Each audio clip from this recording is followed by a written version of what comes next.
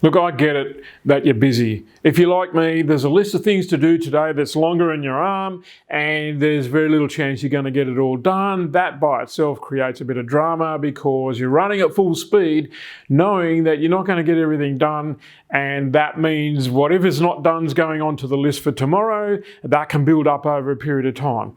But you know what?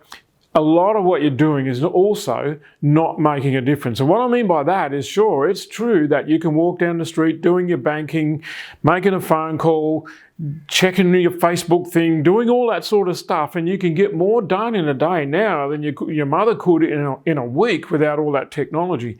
But it just makes us busy. You know, Paying your bills on your phone is a fantastic thing, especially if you're on the bus on the way home from work. You know, there's dead time you can use. But the reality is nobody ever got up in the morning and said, you know, I'm really looking forward to paying my bills this morning or today. So what we do a lot of stuff during the day that's just work. And so we get it done, but we just expect to get more done, and that crams everything up. We expect ourselves to be ruthlessly efficient compared to how we were 10 years ago or how we were 10 years before that, and of course if you're old enough, how we were 10 years before that. And if you look at this face, then you'll realise this face came onto planet Earth before the advent of mobile phones, computers, the internet, all things which have speeded up the pace of life. So I, like you, can do a lot more in a day than we used to. But seriously, what difference is it making? Because you're so busy, the chances are you're contributing to one of the great problems in our culture at the moment, and that is rampant isolation. You know, before the advent of mobile phones, I would get on the train to go to teachers' college or wherever I was going at the time when I was in my 20s, and people would talk to each other. Some people read a book, some people read the paper, but people would get to know each other on the train. I know a couple who got married because they met each other on the train. That would not happen nowadays because everybody on the train is focused on their phone and therefore separated from each other.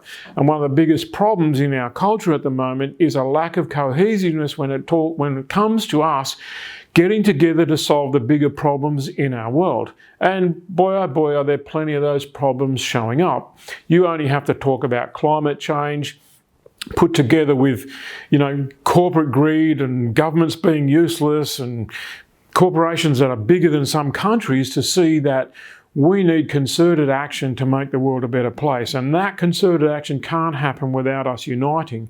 You'll see more and more splitting into splintering groups because it's possible. What we need to do is be a force for good by turning up. I'm not saying you have to do anything. I'm not here to say join a cause. What I'm saying is, what a difference you'd make if you turned up and you were just real. You were just there to connect with whoever you met. And of course, if these people that we're talking about are members of your family or your friendship group, then wouldn't that be a magnificent thing where you and them just went for a walk, just for the purpose of being with each other? Or you played a board game like Scrabble or Monopoly or something, just for the purpose of being together. You know, I'm old enough to have memories of my grandparents not having television. We would go around to their place, and after dinner, my grandmother would get on the piano and we would all sing. And I recall those as a tremendously joyful periods of time where it didn't matter whether you wanted to sing. You could if you wanted, you know, you could join in with everybody if you wanted to. You didn't, you know, there was no requirement to do that. But the number of people who sang with gusto and loved the evening, loved the night, you know, I would lose count of them. And, you know, I found myself learning to sing just because I was there, not because there was any requirement on that. That sense of community is something that we need to contribute to at an individual level. Now, I'm not saying you start a singing group. What I'm suggesting is there's a couple of things that you can do that are really fundamental, and they're not going to take you out of your way to do them. I'm going to suggest that as much as you can, just be real. When you're talking with people, look them in the eyes, talk to them, share your experiences, communicate at a connecting level. You know, be vulnerable, reveal yourself, because that makes you available. Not everybody's going to take the opportunity to connect to you at that bottom, deep human level, but the ones who want to are going to find an enormous amount of joy because you turned up, and they can get that sense of, I'm not alone so much. Another thing you can do is commit to staying calm, because part of the fracturing of our culture is taking place because people are getting rabid about things. So people form into groups that are outraged about something and run protests and throw bricks and tear gas and bash each other and that kind of stuff. What if you made the commitment that you would remain calm? And I'm not saying you actually get in any of those situations, but there are times in our family, in our business, in our community when arguments take place. What if you just had the commitment to allow your calmness to be one of the things that filled up the atmosphere, filled up your family, filled up your business, filled up your community grouping? That would be a really fantastic thing. Maybe you could just focus on what is it that you can control rather than joining in the conversations about everything that's outside of our control going wrong. If you look at 2020, it's obviously been dominated by the whole COVID thing. Most of the conversations about COVID are about things that we can't control, and maybe we need to focus on the parts that we can. How do we make living in isolation, in lockdown, not turn into cabin fever? Because that part of it we can control. If you focus your efforts on that, then perhaps you turn into a force for good by making your own life better. And most importantly, there's two final things I'm going to suggest to you. One is another technique, and that is just breathe.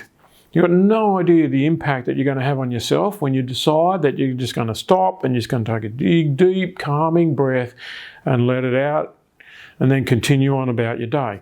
People notice. I've got into the habit of myself recently for reasons other than the ones I'm talking to you about. It's for my own well-being.